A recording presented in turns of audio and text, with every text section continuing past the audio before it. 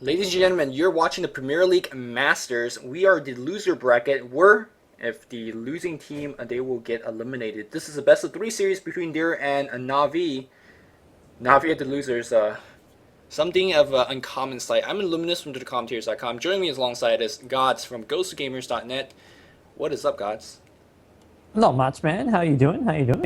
As you said, loser bracket match. This is do or die for both these two teams, so expecting sparks to fly, hopefully. Yep. No, it's going well, and it's Navi first pick. They are playing with a couple of stand-ins, unfortunately unable to fill all five. Seems like Emo and Nier is going to be replacing Art Style and Havos. I think Emo is Havos. Last time I checked on his profile, I think it did say it was Havos. Okay, well, we have a very easy way to quickly find that out. Use Steam profile. It looks like Havos, judging by his past nicknames. So I'm going to say it is Havos. Sounds good. So now we have to check who's Emo.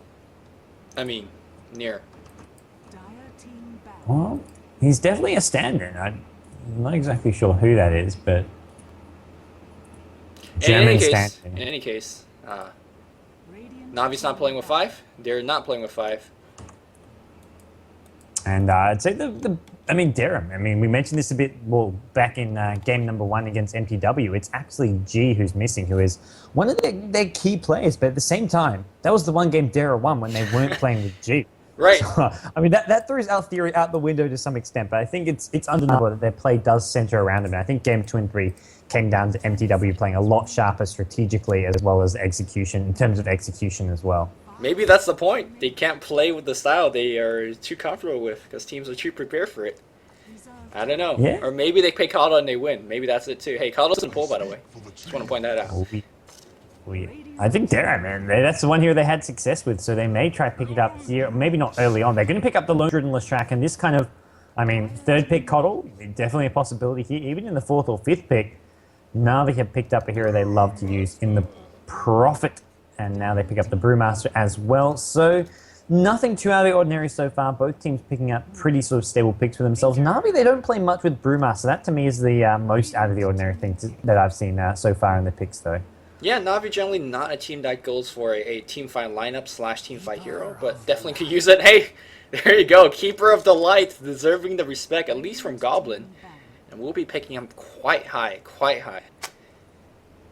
Hey man, I do feel, this goes back to that first game we saw between Dara and MTW. Brewmaster, a nice way to break through and actually take out Coddle once you get the blink. The problem was you're up against a Lycan as well as the Lone Druid. 2 heroes great for dealing with the Primal Split. This time there's only the Lone Druid, so depending on how much actual damage Dara go for, I feel the Panda and Brewmaster could be a hero to just wreak havoc and just basically cause too many problems for Dara here, especially if you can get some early farm. They have the Tinker as well. Here we'll probably see in the hands of Dendy, who does play that pretty well, and we'll see him either playing that in the mid lane or the safe lane, I imagine. Light of Heaven, generally the player to go onto that Prophet here, but they can mix things up. Could be Puppy playing him in the jungle, could be Light of Heaven in the off lane. They've got plenty of options here. Winner is still in the pool, so are some other sort of trademark heroes for both these two teams. We'll see where they want to go following with these last 2 picks left for both of them. You know, one thing that you see when there's a Prophet and Tinker on the same team is if the game goes even and it's past like 25-minute mark, once Tinker gets his item, once Prophet gets his item, the team with both those heroes are greatly advantaged. It seems like you could never really push in against their base, or you'll take too long. The creep equilibrium is always pushing in against your base when you're pushing. So it's just really annoying thing to deal with. But it seems like Dare says, sure, you could have your 2 global heroes. We'll send one person to defend that lane, and we'll keep defending. When we need that hero, it's our global hero with the Keeper of the Light recall. Yeah. And that's exactly what they did in the only game they won against MTW. It was very, very successful. And MTW did run the exact same Prophet Tinker combination. So it seems like Goblin is absolutely prepared for this. Yeah, I have to agree, and we'll see what they want to get up as some of these last 2 picks. Maybe something to help deal with that, pushing the global presence of Navi. We saw it was Artsol and Leshrac back then, but they may pick up something else. Heroes like Queen of Pain can easily defend those pushes, go heal up with that, and then get recalled in by the Keeper of the Light. Some heroes that can buy Boots of Travel as well, so if you manage to TP yourself out mid-fight, Keeper of the Light can get you right back in, so it's a really useful tool. I have to agree with you there. and something we'll see coming into play. But for now, it is going to be Na'Vi with their 4th pick. And for me, this is just going to be standard support hero probably being picked up. Something like a Crystal Maiden, maybe a Rubik, maybe a Shadow Demon if they want one of those sort of versatile supports here. Shadow Demon is a hero that Na'Vi love to use, but Crystal Maiden as well, something that I wouldn't be too surprised to see them picking up here. Yeah, Shadow Demon had deserved no pick today. No one actually cared about the hero. No even banned the hero at all. So, I mean, it's still a very, very powerful hero. Just newer heroes are adding in. Teams that want to try things out. We saw Visage being picked up earlier. I'm still hoping for that Nyx Assassin, but it's going to be Invoker, and perhaps this is the Dendi Invoker that we're waiting for, right? Yeah, could well be. I mean, you've got Invoker and Tinker. Look, man, there's your push. This is scary. This is something that Na'Vi have to deal with, and this is a great strategy to have, especially right after the Invoker pick. Invoker does not have much of an impact on the early levels. He really needs to get... I mean, if he's going Exalt, he's going to have to go for the AoE, basically go for an early media. If he's going Quas Wex, he needs with level 8, level 9, level 10, we're going to have a big impact with the Tornado EMP. This push is going to come hard and fast, I feel. They may not even wait for that Radiance on the Lone Druid. They may just go very, very early. Witch Doctor as a support, very, very interesting choice. Maledict, are they using that, or are they a little bit more picking him for the Voodoo Restoration? I can't see the stun being what they're after here. Well... I mean, Sun's okay for preventing the push to some extent. It's okay against the Lone Druid, but I mean, I don't feel this. I mean, I feel if they want something to help deal with the push, they're more likely to go for something like a Crystal Maiden just to use that Nova. Even an Earthshaker support, Windrunner support, you get the Power Shot even. I mean, there's other options if you want something to do with the push, but I think they're just going for a strong laning hero. I'm a bit surprised by that last pick, and I mean, it doesn't really bring much else to the table that some of those other supports were lacking. Yeah, perhaps pushing with the Voodoo Restoration is what Puppy's going after, but we'll see in just a bit. Just judging from the hero, though, I assume the Prophet's going to be going to jungle. We're going to see something like Tinker and Invoker getting the respective solos, and you're going to have Witch Doctor paired up with the Panda, and it looks like we're going to have a Pugna being picked up as well. So many... I want to call this a siege kind of units. The tombstones, the wards, they allow you to fight in one particular area, and you're so dominant in that position. And that's exactly what you need when you're pushing up against the hill. You put up a bear up there, you put up tombstone, you put down another ward, and suddenly it makes it very, very hard to defend against. Yep. And for me, the big issue for Na'Vi is they're also going to struggle to lane this. They don't have many off-lane heroes for the moment. I mean, Prophet is the one hero who can really do well in that off-lane, but it looks like we will just be seeing maybe a Brewmaster dual lane with the Witch Doctor. Anyways, properly introducing this diet team, we have got Na'Vi, we've got the stand-in Nier playing the Witch Doctor in support, we've got Invoker, Dendi going to be playing him, we've got Light of Heaven on the Brewmaster, Emo Havost playing the Tinker, and then finally it is going to be Puppy on the Nature's Prophet. It looks like he is gearing up to go into that jungle, going for an early Bastion with a couple clarities. So that's going to be the Na'Vi side. This is Puppy build, Puppy school of Dota. If you see him jungle Enchantress, sometimes Chen, sometimes Nature's Prophet, you don't ever see anyone else go this Bassi first. They're getting stats or just clarities or whatever. But Bassi first on Puppy, it just really feels Navi's pushed out. You come out for a gank, immediately summon Treants, and you get the +2 armor on the entire creep wave. Something that Navi really is successful doing in terms of getting gank. Meanwhile, on the Radiant side, we have Dubas the stand-in playing the Keeper of Light, Artstyle handling the Undying, Goblin playing the Leshrac instead. We have Feed or Funnick playing mid with that Pugna, and Mag going to be going up bot with Lone Druid. This is actually a fairly powerful tri-lane on the Radiant side. Despite not having too many stuns, it's such a strong pushing tri-lane if they want to play it like that. Or if you want to decay spam, well, Chakra Magic is very, very good at restoring your MP for that too. And importantly for Na'Vi, Orcs, you know, they're not going to send the Tree out. It looked like they were going to scout those lanes if they saw that tri-lane out top with the Tree, but it doesn't look like they have just yet. Actually, Leshrac is going to go in. So Na'Vi now know what they're up against at this top lane, and this is not going to be an easy lane for Light of Heaven to hold his own against. I mean, he's not going to be in too much danger of dying, but it's just a sheer pushing power. They can creep skip, they can just use the tomb, they can just do so much, and there's nothing really that he can do to hold his own tower. I mean, it won't be a fast push, but it'll be a sort of slow and steady chipping away at the tower, and we'll see maybe Na'Vi looking to change their lanes. Witch Doctor is heading towards the top lane. Nature's Prophet is going to be up there as well. So for the moment, it's Lone Druid up against Invoker at bottom lane. Dendi early point in Quas. Looks like he is going to be going for the Quas Wex build. Your Goblin just running straight through 3 Witch Doctors, not where you want to be. Quas is what Dendi is going to be going for. Although, what do you think about the build here? second game in a row we're seeing. Well, it doesn't mean anything right now. It's level 1, but if it's an EMP tornado build, we're gonna see it a second time. And what do you think about it in general? I think it's a strong build. I mean, especially against this kind of this aggressive pushing strat. I feel the Exort is not going to have a big impact. Once you sort of get the mech up, once you get some of those just stable tanky items up, the Exort build just sort of really phases out. And especially against a 5-man push, having the Suspect isn't going to do much. I mean, you can go for the Chaos Medium, but that's sort of a bit, I'd say gimmicky. I use the word kind of loosely. It does have some use, but you need to lock down heroes. It's just really easy to walk out of and dodge. And if you do combo with a stun, it doesn't always do enough damage. And then Keeper of the Light can always bring the hero back if he goes back to Fountain and heals himself up. So I feel Tornado EMP is the stronger sort of stalling build to go for. We'll see though once he hits sort of level, depending on when he wants to get that spell, he's going to go Cold Snap at the moment. But for the most part, it's all about preventing the push, which is going to be coming from Dara. Yep. Mag handling himself fine. Invoker may be a very, very powerful laner, but Silver not too shabby himself, having 2 units. One keeps his sent off to harass, another one just to last it. Mag, of course, microing it perfectly. He does play Lone Druid all the freaking time. On the mid lane, though, Funnick, we don't see Pugna too much in the mid lane anymore. Neither do we see Tinker in the mid lane anymore. But these are good old solo mid battles. Who do you think favors here? I'd give Tinker the slight edge here. Interesting. I think he gets a massively one side. I think Pugna has the... Well, I'd say it's almost 50-50. I think Tinker has the slightly better harassing potential, but Pugna has the greater ability to clear out the wave and then get the rune control. Yeah. But with Prophet over on Na'Vi, there we go. Prophet just TP's top, gets the rune, and I feel like they're going to deny all the runes from this Pugna. He'll be forced into Bottle Crowing or something, but I think Tinker will be okay in mid lane. Except he's got this soaring recipe right off the bat. I don't think that's going to help him out all that much, even if he gets a nice early soaring. Yeah, it's something you never see to go solo mid hero and go sobering instead of bottle. He might still get both because we saw Sock getting it early right now.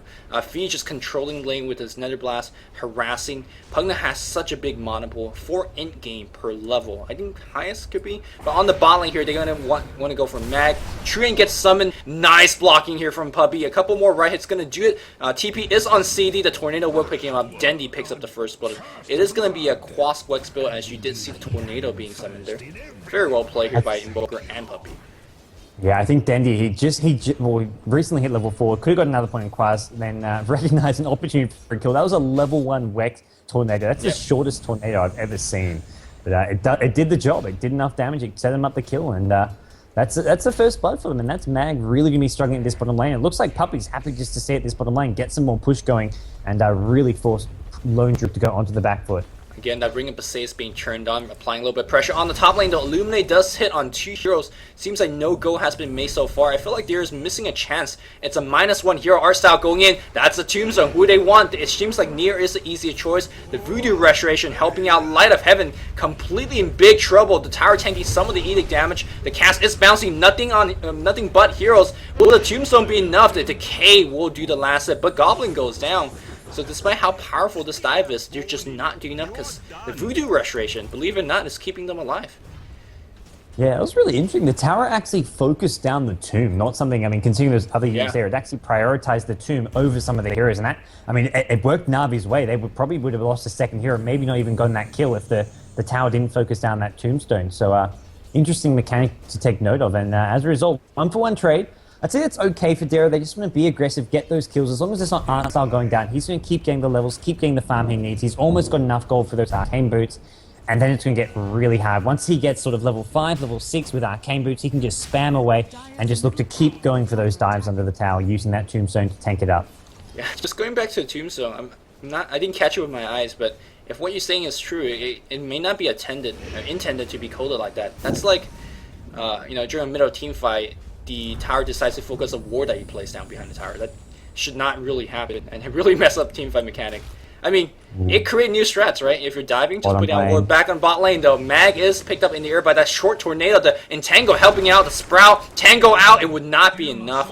Na'Vi and, Puppy and Dendi picks up yet another kill. And you gotta keep in mind, whenever that Solo Bear dies, that bear also dies, and the cooldown resummoning the bear is insanely large, especially in the early game.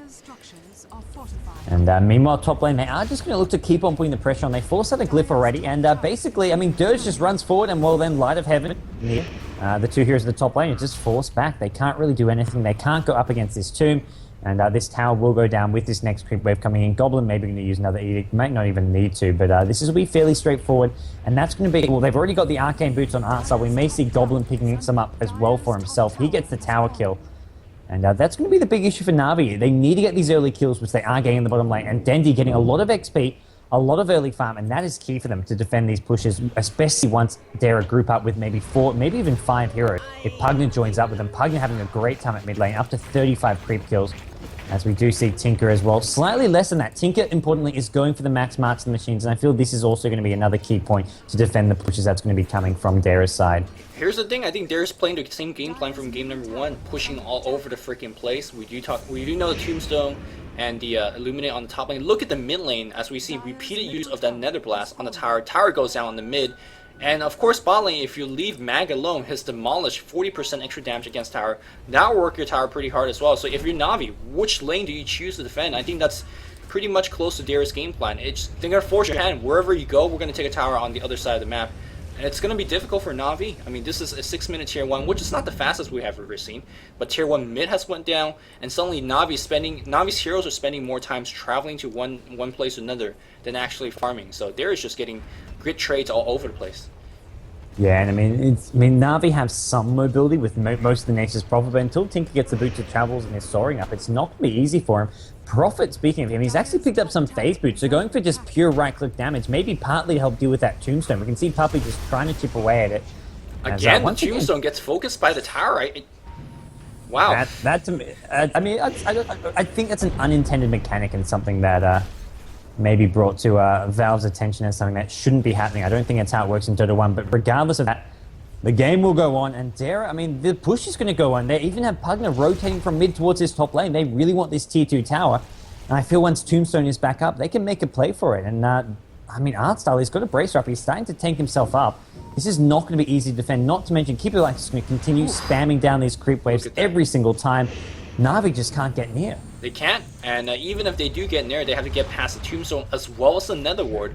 And this is what I mean about placing all of them down, and really it's a free tower. Meanwhile, though, they are making it worth it by, well, I'm not sure making it worth it is actually true, but they are actually getting something in return. They get a kill on the Lone Druid on the bot lane, but Lone Druid is just earning more gold from his teammate than actually from creeping at this point.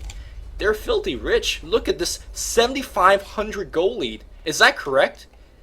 It's a bug. It's actually, that's for Na'Vi, but it's actually a bug because the Radiant team are not earning any gold whatsoever. So maybe some of you can look at the gold per minute of individual heroes, but it won't actually show the gold difference on the gold graph. Well, I'm looking at total gold earned right now, and I see 4 of the 5 heroes for Radiant being very, very far up. It is changing very, very closely, but for the most part, Radiant's leading by a huge amount. They're looking for a tier 2, and Na'Vi has to quickly respawn or they're going to lose a lot more towers. Again, they don't have any response though. If you go to defend one lane, well, your bot tower is going to get pressured by the Lone Druid. They're actually going to make a play for this. Den's actually TPing towards mid lane, and that's the key here for Na'Vi to actually start defending towers with. Brewmaster's not going to come in yet. Brewmaster needs to hit the level 6. He's about to get there. He needs a couple more creeps this top lane. Then he might come in, but by then I think this tier 2 at mid may be gone. Well, meanwhile, Lone Druid Tombstone is dead. Get the T1 for Tombstone is dead for about 40 more seconds, and you can see without the Tombstone, there just does not have that kind of pushing power. Pugna, by the way, has a point booster being picked up. Nicely played. If you saw that small micro there, drop the point booster to lower your mana pool overall, and then you get Destructor Magic. Pick it back up, and you now have a lot more mana than you would have had. And Netherward gets dropped down in a kind of out of position place. It gets picked off, EMP Tornado, and that's really the best defensive tool, I feel like, against pushes. Goblin in big trouble, he gets picked off. And meanwhile, the chase goes on, they see Feed. Where's that Cold Snap? Cold Snap being dropped on Feed right now, and, well, he's trying to make it out alive. There's a Sprout, a couple more right clicks. Feed's going to be going up down. Yeah, Invoker and his team. Really nice defense from Na'Vi. This is 1 of 6 in favor of Na'Vi. Yeah, I mean, they're getting the kills. They're losing out. I mean, as we've been mentioning constantly, is that Darius getting these towers. But I feel Na'Vi are making the best of what their lineup can do. It's unavoidable that they lose these towers. Against the draft that Dara have picked, there's nothing they can do to defend against the Tombstone with the AoE spam from the Coddle, not to mention Leshrac is Edict adding additional damage to the towers. But what Na'Vi are doing is they're getting the kills, they're also getting the XP. I feel they are, look at this, they've got a 4k XP lead. That's a massive XP lead for 10 minutes in the game. And that is really reflected in heroes like Leshrac. He's only just hit level 5. Coddle, level 5, whereas the dire side, Na'Vi, they've got levels all over with Prophet level 7, Brewmaster about to hit level 7, Invoker's level 9.5, he's about to hit level 10. There's a massive level lead for Na'Vi. Whereas Dara, they've got the gold lead from all these towers, but that's something that you expect from their lineup, and they have to keep this momentum going. If they slow down for a second, Na'Vi are just going to catch right back up and be in a great position. So Dara really have to just be unrelenting with their aggression, I feel. Oh no, Goblin just too out of position. They might be pushing down towers, and they might have a very aggressive ward deep in enemy territory. Unfortunately, they don't have enough river wards, and he just got ganked right out in the open. So that's what you talked about. If they slow down just a bit, you know, Navi's gonna just sense more room, and you can see Dubas by himself walking up a hill like that. Another free kill. That's Invoker double kill, unstoppable streak. He sees more, he wants more. Arstyle down to half HP, although that's very, very deceptive. I mean, he could gain a lot back with Decay. Cold Snap on top of Mag, he's very tanky, should be fine. Dendy gets sprouted, and he is gonna get brought down. Is there any detection? No detection against Dendy. Dendy, never mind, he lives. He's got the healing from Nier. We were very, very doubtful of this Voodoo Restoration, or this pick overall, but with Maledict Max, he's not even taking his ultimate, or not Maledict Max, he's taking Maledict as his secondary choice, I suppose, with 1 point into Voodoo. No points into ultimate, very strange. Yeah, I feel the Voodoo, I mean, it did okay at top lane. I mean, because of the AoE spam, you can just heal up in between Illuminates, but as far as the ultimate, I mean, I feel the ultimate, it's going to chew through a lot of mana, and for the most part, he just doesn't have the mana to spare on that. We'll see Dara continue the push, and there we go, Tombstone with an Illuminate. That's going to force all the Na'Vi heroes back. And this tier 1 tower is going to go down, but Na'Vi are going to look for a trade. Puppy's at the mid lane, trying to chip away at the tier 1 tower, and top lane, Brewmaster are going to get a tier 1 tower. So Na'Vi actually getting a tower in return by the looks of things. Oh, nope, couple TPs top. It looks like Brewmaster is going to be forced back. So no tower going Na'Vi's way, at least not yet. As Artsal was actually tipping towards mid lane, Artsal's gone for a double brace here, so really just going for any cheap, cost-effective survivability items here. As I guess the mech, the pipe, they're going to be seen on other heroes as Artsal in all kinds of trouble. He gets found out. There's your global presence. Prophet TP's in, Tinker TP's in, and an easy kill for Na'Vi. Currently, double bracer was not enough. Maybe needed another one, but that one of the bracers should most likely turn into a drums. Drums always so useful for running away, sieging, right-clicking, whatever you need it to be. It's just such an awesome stats and aura item. Here comes a big Illuminate defending this tower for now, but it seems like Na'Vi just wants to muscle it down, just tanking the tower, doing whatever right-click they can. It's very, very low, but even though I felt like they defended their towers earlier, a lot of TP score were used. I think there's 3 or 4 total. So I mean, they lost a lot of gold in still, and look at that, Na'Vi just kind of muscled their way in. Doesn't care about Luminate shooting down at them. They just kept right-clicking on top without the creep wave. That's quite interesting. Yeah, and Dendy's getting absolutely massive at this point. He's getting close to level 11. He's got 1k gold. He's got his drums and phase. He's going for an Orc and Malevolence. He's got his first Oblivion staff up as well, flying out to him. He's going to have that very, very quickly at this rate here. And that's going to be something that's hard for Dara to deal with. And at the moment, it looks like they're just not playing as hyper-aggressive in terms of pushing down towns as they once were. And I think part of that comes down to Mag, or the Lone Druid. He's a long way away from that Relic and Radiance, if that's what he wants to still go for. I mean, he could go for something like a Vlad's, go for even a pipe, just go sort of boost up whatever push he can get for his team. And we'll see where he wants to go. But I feel that they're just going to try to slow things down and try get the Relic, try go for the Radiance, and then play for a later game here. But they are being met by a bit of a roadblock here. Na'Vi are not letting their towers go as easily as they once were now that they've got these levels and core items up. Do you feel like the going for the Relic is a poor choice? I mean, they have a lot of tower, they have a lot of gold lead, but despite of that, Max sitting at 1,300 gold. Not sure because of the def. He does have 3 defs, yeah, so that could be it. He has very, very low creep stats as well, especially 14 minutes in the game. I really don't think, if you want to go for a late game strat, you don't pick a Kato and... Well, I guess you could turtle with it, that's a fair argument, but not sure whether it's a correct choice. And you can see that Mag, yeah, he is going to be going for some early game stuff. He's rushing down the mid lane, trying to help his team. Arstyle down to half. Tombstone not being dropped down just yet. EMP Tornado on top of everyone. Goblin taking some big damage. Tornado picks him up. Arstyle in huge trouble. He gets picked off. Double kill for Invoker so far. That cast bouncing on nothing but hero. doing so much work, and now Tinker comes in with the laser, only a level 1 laser right now, waiting for the rocket to cool down. The cold snap on Mag getting right click. Dendy though, just look at his attack speed, insanely quick, feeding a little bit of trouble. He uses all his mana very low. The Voodoo Restoration and the laser brings him down. And right now, Radiant just keep getting wiped over and over and over again, and that was with Mag in the fight. Then he wants more despite having like no HP. GG gets called by Goblin. Just quick GGs all over the place. I mean, look at the big difference here is sure they've got the tower, sure they've got a slight gold lead there, but the XP art style is level 6. You cannot have a massive impact. You can't go for these big pushes with the level 6 Dirge, and Na'Vi just cruise through. I'm in complete agreement that Na'Vi is very, very far ahead, but again, with such an early GG, I mean, I don't mind. They're saving everybody time, but hey, this is somewhat unprecedented, which is fine. I mean, I'm not saying it's good or bad or anything. It's just odd. Yeah, Na'Vi just cruise control mode for them. They didn't break a sweat there. I mean, they lost a few towers, I mean, but that was bound to happen. And they just basically manipulated the fact they were going to lose towers to just make headway elsewhere. And that came in far as levels go. I mean, it got to a point where Dara was so low level that they can't actually win fights because they were throwing, I mean, Dirge has a level 3 Tombstone with level 1 Decay and Soul Rip. He's not doing all that much. If he was level 8, level 9, he's got a maxed out Tombstone, he's got a couple points in Decay, a couple points in Soul Rip, and he can have a much greater impact on those fights. I mean, the same applies to the Leshrac, who was level 5 or level 6. It was uphill battle for Dara despite getting all those towers. They didn't really have a very strong position, and they weren't able to take those team fights with the level deficit. Crazy stuff. 2-12, it's your final score. Na'Vi stomping Dara in game number 1. Game 2 coming your way. This is the best of 3 series. Na'Vi 1 game away from moving on, and Dara 1 game away from being completely eliminated from the Premier League Masters. Don't go anywhere. Game 2 coming.